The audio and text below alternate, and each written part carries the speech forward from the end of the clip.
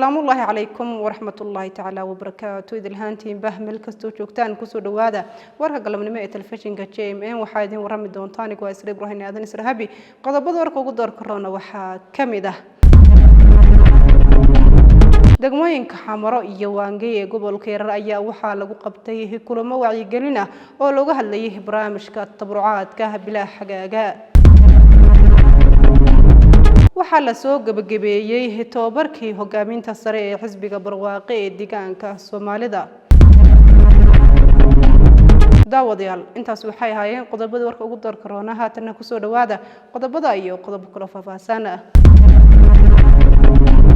degmooyinka xamaro iyo waangay ee gobolka Yarar ayaa waxa lagu qabtay kulamo wacyigelin ah oo looga hadlayay barnaamijka tabarucaadka bilaa xagaaga faafahinta warkaasina aan hore ugu soconno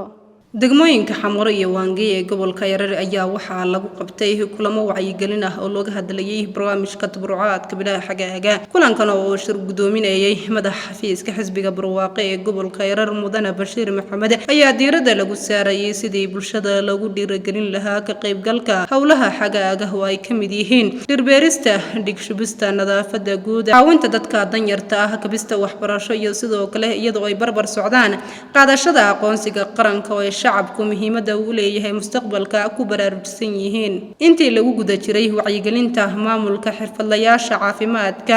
ciidanka iyo qaybaha kala duwan ee bulshada waxay si wada jir ah u beereen boqol geed iyo sidoo kale dhigshubis ay sameeyeen gabagabadii waxay maamulka ay soo kormeereen xarunta caafimaadka degmada waangay oo si wanaagsan u bixinaysay adeegeeda taasoo bogaadiyeen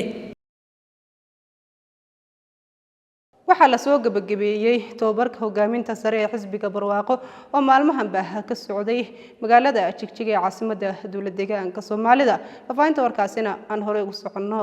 waxa la soo gunaanaday tababarkii hogaaminta sare ee xisbiga barwaaqo ee deegaanka Soomaalida madaxweynaha dawladda deegaanka mudane Mustafa Maxamed Umar ayaa soo xiray tababarka geedi socodka isbedelka iyo hiigsiga mustaqbalka oo maalmihii u dambeeyay loo hayay hogaaminta sare ee xisbiga barwaaqo ee deegaanka Soomaalida tababarkan oo halku dhigiisu ahaa Itoobiya oo noqota dal ku dayasho mudan ayaa diiradda lagu saaray waxqabadkii xisbiga uu qabsoomay ee dhanka horumarka maamulka wanaagsan iyo qorshayaasha sanadka cusub ee 2018 taariikheedka Itoobiya sidii looga midho dhalin lahaa intii uu tababarku socday doodo iyo afkaaro ay wadaageen hogaamintu ayaa lagu lafaguray meelaha ay tahay in xisbi ahaan xoog la saaro sanadkan waxa ayna hogaaminta sare ka jawaab celisay su'aalo iyo talo bixino ka soo baxay guriga kulankan waxa madaxweynaha ku helinayay injineer Maxamed Shaale Isaaq madaxa xafiiska xisbiga barwaaqo ee deegaanka Soomaalida daawadayaal intaas waxa inoogu eg warkeena galabnimo ee telefishinka JMN waxa idin la socodsiinaysay anigoo Israa Ibraahim Aadan Israhabi inta warka xig kulmi doono waxaan kaga tageynaa aniga bahdayda salaamu alaykum wa rahmatullahi ta'ala wa barakaatuh